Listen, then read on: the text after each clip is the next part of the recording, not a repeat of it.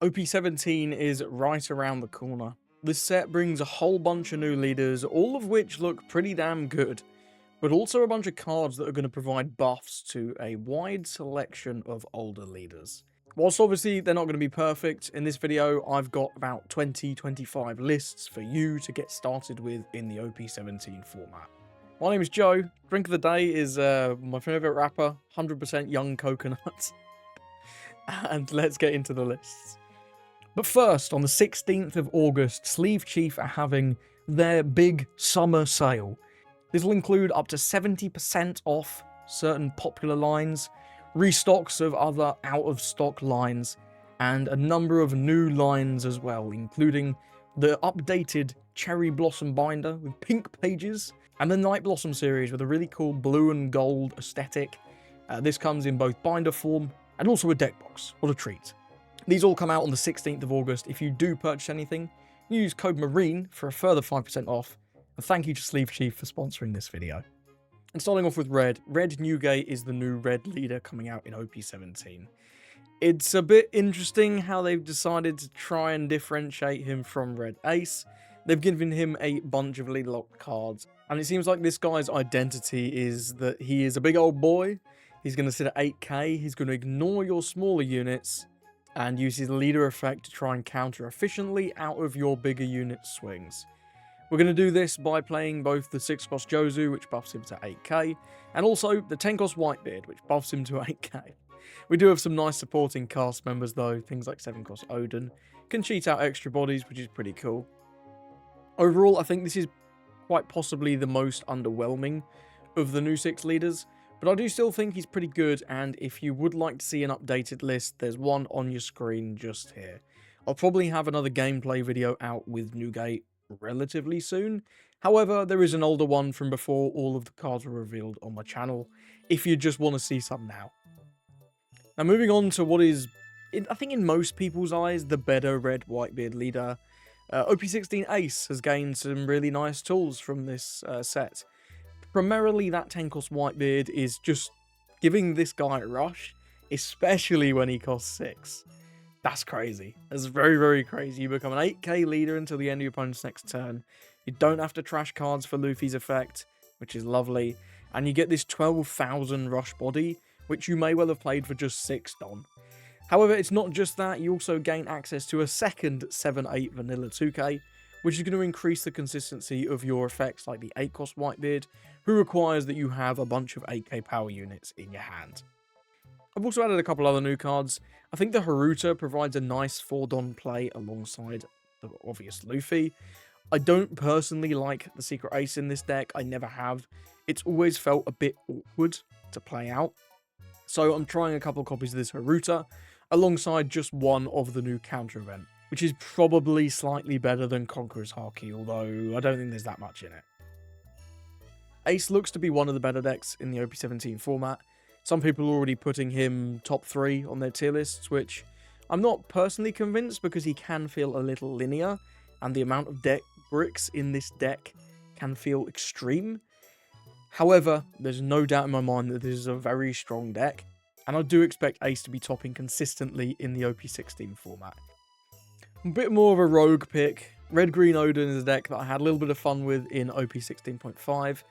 Never felt quite good enough to put out a video on. And I'm not sure he's going to be good enough this set either, but I probably will do a video because we've gained quite a few new tools actually. Firstly, among the Whitebeard support, both this Oden and this Izo are pretty cool. It is a shame that the 7-cost Oden can't play out the old 5-cost Izo, but it is what it is. At least we can play out the 5-cost Oden from the Zoro starter deck. This is going to give your Oden deck a little bit of going wide strategy, which is pretty cool. And the Izo being powered down might make it easier for Oden to combat boards, which is quite nice. One really disappointing thing this deck has is we don't have a Wano searcher though. We've got the Otama, the little Otama, but she doesn't search red cards, so your Izos and your Odens are unsearchable. However, we do still have, of course, Perona and Kinemon in this list. The final new card that I've added is the new 10-cost Shanks. You're going to see this in a lot of green decks. I think this is going to be a very staple green top end going forwards, certainly among Slash enjoyers. Being able to just rest everything and develop a 12k rush body for just 8 Don feels very, very strong. And because you restand a couple of Dons, you can even put one of them back on your leader to make him a little bit bigger with his when attacking, which is pretty cool. I don't have gameplay yet with this deck on the channel. However, it was very good fun in OP16.5, and I hope that it will be fun and maybe a little bit better in OP17. Moving on to the real Shanks user, Shanks himself. Green Shanks has a lot of competition with Green Mihawk in this set. However, I think the Red Hair Pirates package, particularly this Ben Beckman, are really, really strong. This Ben Beckman being a draw 1, 7/9, character rush, rest 2 guys feels very crazy. And Shanks' leader effect being able to constantly freeze things really does buy him out of a lot of aggression that Mihawk does just kind of have to take in the early game. In addition, into a lot of the big stuff decks, the 9-cost Shanks has been feeling very strong to me in this format. And Shanks obviously has just slightly better access to that card. Whether you're going to prefer Shanks or Mihawk in this format, I think it's going to come down to a little bit of personal preference. Personally, I've really been enjoying Shanks. It feels just a bit different from the Mihawk that we've seen be pretty good for the last few sets. If you would like to see some Shanks gameplay, I do have a video on the channel, and there's a slightly updated list on your screen from that video now. However, what is possibly the better of the two green decks in this format is Green Mihawk. The only new card that this deck really has gained is that new 10-cost Shanks. However, in Mihawk especially, this card feels insane. You get to play it for 10, restand 2, and then rest one of your cards with your leader effect to restand 3 more. So this effectively is like a 5/12 rush rest everything play, which is wild. Incredible closer. Pretty good just on curve as well. You can rest all your opponent's stuff, ram Shanks into something big, and then use all those extra Dons to split between whatever characters you've already got on the board to, again, either pressure board or pressure face. The choice is yours. The final combo that Mihawk can really pull off that Shanks cannot is Shanks into Luna. This freezes everything into a lot of decks, and being able to chain Lunas with this Shanks, I think it could be quite obnoxious if you can get it right. Now, the ratios on this deck I think are going to be incredibly difficult to put together because there are so many good generic green cards. This is the list that I've got at the minute. This is not going to be perfect, and I think it's going to take a little bit of time to work out which of these cards we actually need to include in our decks. But one that I think is particularly interesting is the 5-cost Bonnie. There's a lot of 10 costs in this format. And beyond that, there's also just a lot of decks that want to play on curve. Being able to play 5-cost Bonnie and stun that Don to deny your opponent's 10-drop can make, say you're playing a Mihawk Mirror, and you play the Bonnie, stun the Don, and then they can't Lorbepo or Shanks you. That's going to feel pretty good. So I do think the Bonnie is likely to be at least a tech include in Mihawk. I think it's a very popular opinion that Mihawk is the best deck in OP16.5, and I foresee him being at least one of the best decks, if not still the best deck in OP17. That new Shanks is an absolute doozy. Now, I'm not going to pause on this one for too long, but I do think Red-Green Luffy is another deck that can make good use of that Shanks. Not sure whether it's going to be worse than Brook or DMG as a closer, but it's definitely something I want to test. In the past, I've enjoyed playing the other 10-cost Shanks in this deck, the one that restands all your Don, just to have like a big dude. And this Shanks just feels like a better version of that. You still restand 2 Don, and in combination with 1000 Sunny, which can give 1 rested to your leader, you can immediately leave 2 open. If you've got an Usopp on the board where you've got 4 open. And then you can use that Shanks to obviously ram into your opponent's board or ram into your opponent's face. It seems like an interesting option. I don't know if it will continue to stay in the deck, but here's a list you could get started with if you want to try this card in RG Luffy. This one is probably Giga Cope, and I do not have very much hope for this deck, given how strong I think Mihawk's going to be. But Brook, maybe Brook can use the Shanks, but there's also a few other things that this deck gets from the Elbaf package. The 2020 Chopper being able to give your 7-cost Luffy unblockable feels pretty cool. You get another anti-removal option with the Zoro, although I will say bot decking cards is a bit weird in this deck, so I'm not sure if it's better or worse than what we already had. The 2-cost Sanji is another nice bit of consistency for the early game. as well as being a pretty good summon off Pirate Docking 6. You get that cycle, and also then you have a relevant body on the board. And finally, this 4-cost Luffy feels like a genuinely quite strong play on 4. This deck doesn't tend to have a ton of cards in hand, at least last time I played it, it didn't. So I do think the 4-cost Luffy's effect should be live most of the time. And whilst I don't think the rush is too impactful, just being able to restand a Don every turn seems like a pretty cool idea, at least. And finally, for the green section, Krieg. This deck, I'm not jamming Shanks into. You can breathe a sigh of relief. Krieg's gained a couple East Blue cards. The 4-cost Luffy that we just talked about with Brook, I think it's going to be even better in Krieg. It's kind of like another good play alongside Arlong on 4. I think you'd rather just play Arlong in most situations, but the Luffy being able to be a 4-Don play that then puts a Don in your leader is quite nice, because one of the issues with the Pearl, which was the other 4-cost that was printed in Krieg's set, was that you then often didn't have a Don in your leader, which could, then you don't have your leader effect, right? So it's a little bit awkward. In addition to the Luffy, we have gained this new 1-cost Nami for the deck, which is interesting, because it doesn't stop all removal, and I do foresee Rocks being a relevant deck with that Gloriosa blocker. I think you're going to still need to run Kobe, but Nami's an interesting option. It can stop KO by battle as well, which is kind of funky. And at the end of the day, it's another 2k, and Krieg's 2ks weren't that amazing to begin with. Now moving on to blue, and Rocks is probably the most hyped leader coming from the new set. This deck has a million bricks, a million interesting things it can do, and it's a very cool deck. This is the list that I'm currently playing. I do think the Buckin's actually pretty strong. The stage are just feeling so underwhelming, because whilst it forces your opponent to play around it, your opponent can often play around it, and it is a -1 in hand. Well, why not just play Buckin? She's a 1k, which can catch your opponent off guard, because they're not going to be expecting Rocks to be playing many 1ks. Other than that, I've got 4 of all of the good cards, and then the only other tech slots I think are your Wang, your Kaido, and your John. These 3 cards, I'm undecided which I like the best. Wang feels really good into decks like Enel. Kaido feels generically the strongest, and John can sometimes be like a win condition. If your opponent doesn't have a lot of power down, you just become a 6k leader, which is kind of tasty. As a result, I've just got them at slightly less than 4 copies. I don't think there's going to be a ton of deck building with Rocks, so this list should be pretty damn close to an ideal one. I do think some of these Rocks cards could be interesting in other decks though. And here's a wacky one that I saw on X. This is not my list. This is from a Japanese user called Rippy. And I just thought it was really interesting.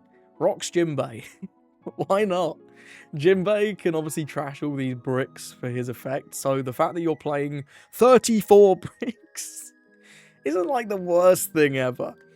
And interestingly enough, because pretty much every character you'd play out in this build, other than Fisher Tiger, is a brick, that 10-cost Rocks might actually be a 2k in your hands, which is kind of funny. I do think this might be the only deck other than Rocks that can actually make use of the 10-cost Rocks, and even the 7-cost Shiki, so I just thought this one's really cool. I've not played any games with this deck, but this looks like a really interesting and weird aggro card draw deck, making pretty good use of some of these new Rocks Pirates cards. In addition, Barbell's a fishman. What a treat. So you can buff him with your leader effect. Incredible work. I don't know quite how this build's going to feel without the 8-cost Jinbe. That was an incredible top end for the deck. But this Rocks build looks at least very cool, and I'm excited to at least try it.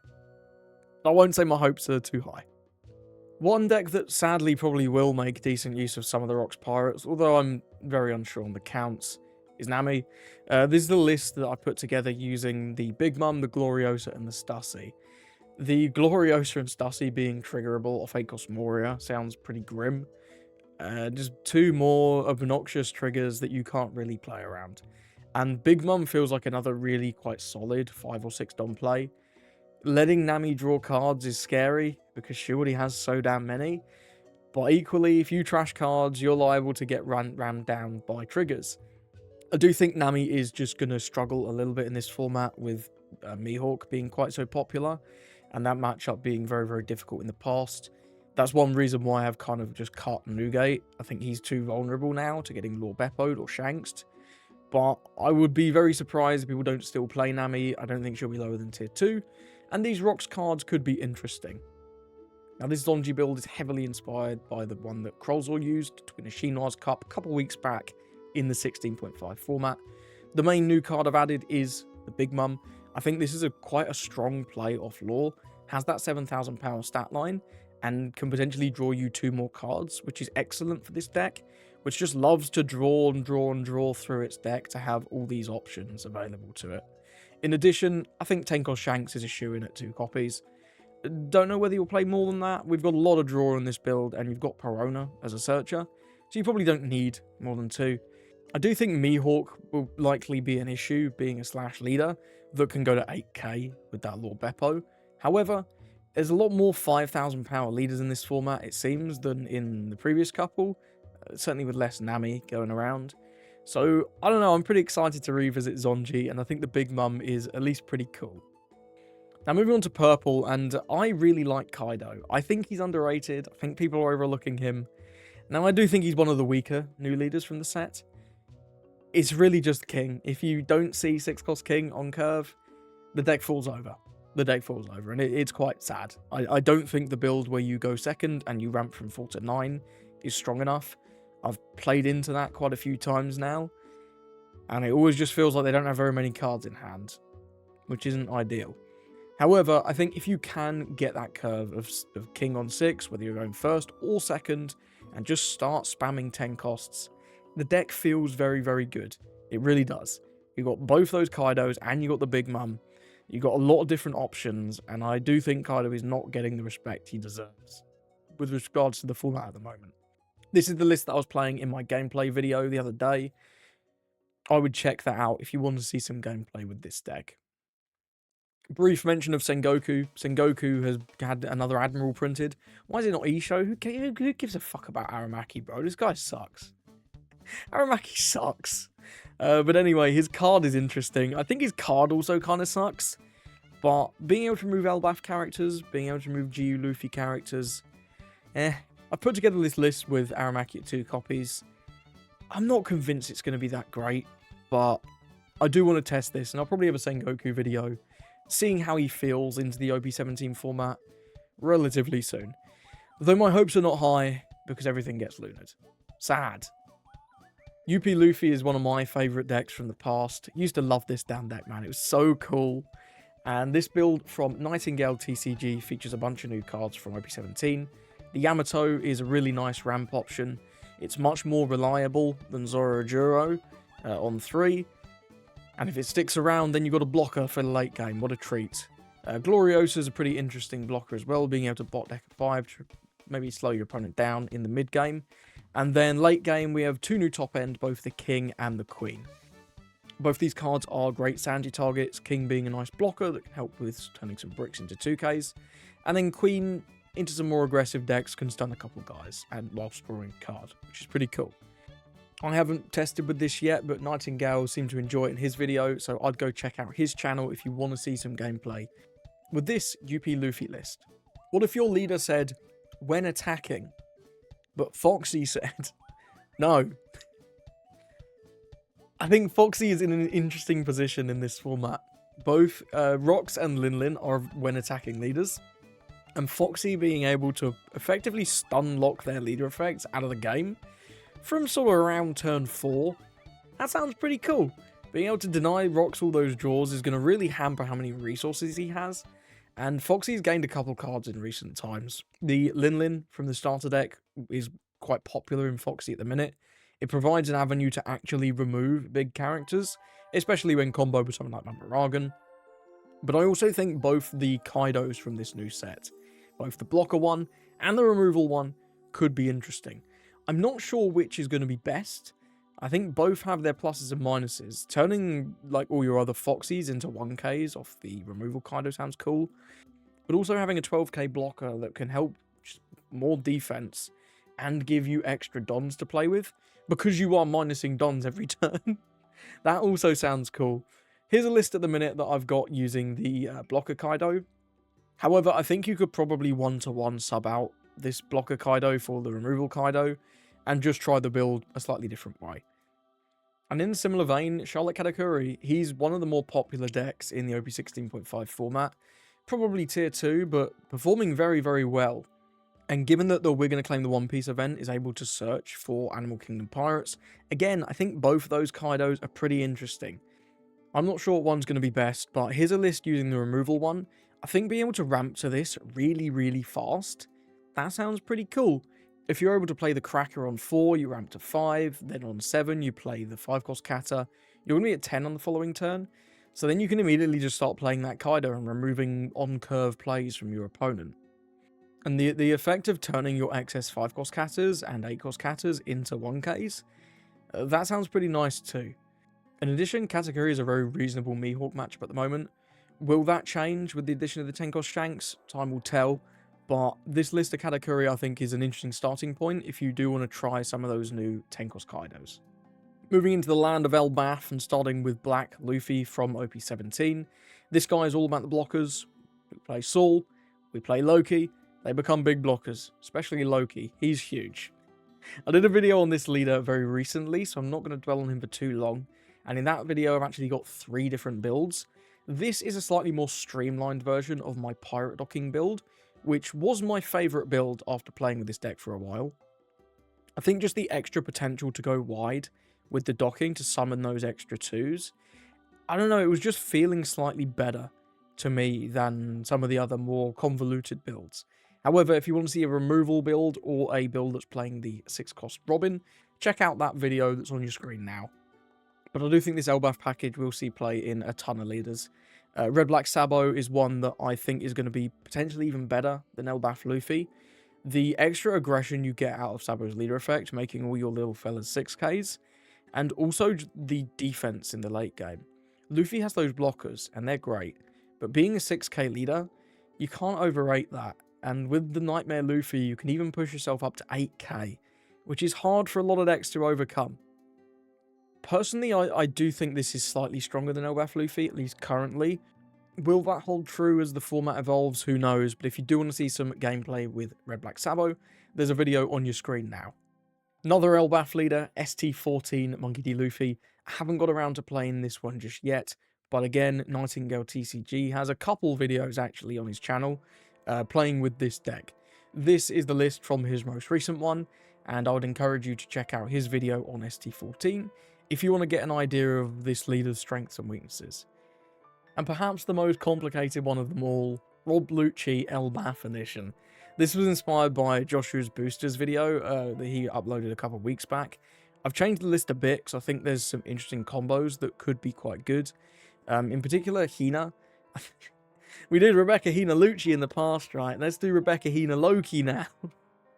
Rebecca Hina Loki plus leader effect removes a 9 or like a 5 and a 4. It's pretty cool. Even just Hina Tempest Kick Loki removes like massive things. And in addition, I think the Elbaf event, the one that removes 2 6s, is again a nice strong removal tool. It's been a while since Lucci was meta, and this list is not going to be perfect. With the extra mills you get from Lucci's effect, you're going to fill your trash a lot faster than Elbaf Luffy or Sabo, or even ST14. So cards like Rebecca and the 8-cost Luffy are going to be just that little bit more consistent to pull off. In addition, just the raw -1 on leader effect, I think improves Loki a lot at base. That guy's now hitting a 5, and 5 is so much more relevant than 4. You can hit Big Mum on curve, you can hit Oden on curve into a Mihawk deck, you can move Yasop on curve into Shanks. There's all sorts of 5 costs that are just very relevant, and I think even just the -1 from leader makes this Loki from a good card to quite scary removal, actually. And finally, yellow. Big Mum is possibly the most obnoxious leader in this set. I think people are really not going to enjoy playing into this, myself included. This is a very slightly altered list from the version in my video. I do have gameplay with Charlotte Linlin on the channel if you want to check it out.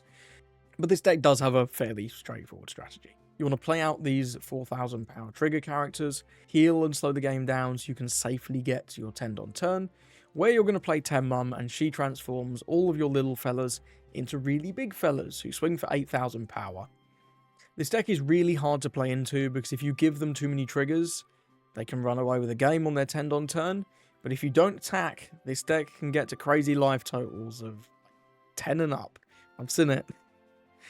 I think this deck can struggle into decks that are able to just say, yeah, I'll trash a random card from my hand when she uses her leader effect, or decks that can hard focus boards such that when she gets to 10, she doesn't have much of a board, or even are able to remove that 10-cost Big Mum, because finding that 10-cost Big Mum can be somewhat of a sticking point for this deck. However, I do expect Charlotte Linlin to be one of the better decks in the format, and you're going to absolutely stomp people who are not experienced playing into this leader. Early format, I think Linlin will do very, very well, but as the format goes on, I do think she might drop off in success rate a little bit over time. And the final deck for this video, Charlotte Pudding. The thought process with this deck list is, well, okay, we've got the new yellow Big Mum package from OP17, but one issue with that strategy is that once you rest those 4,000 power characters, they get removed immediately.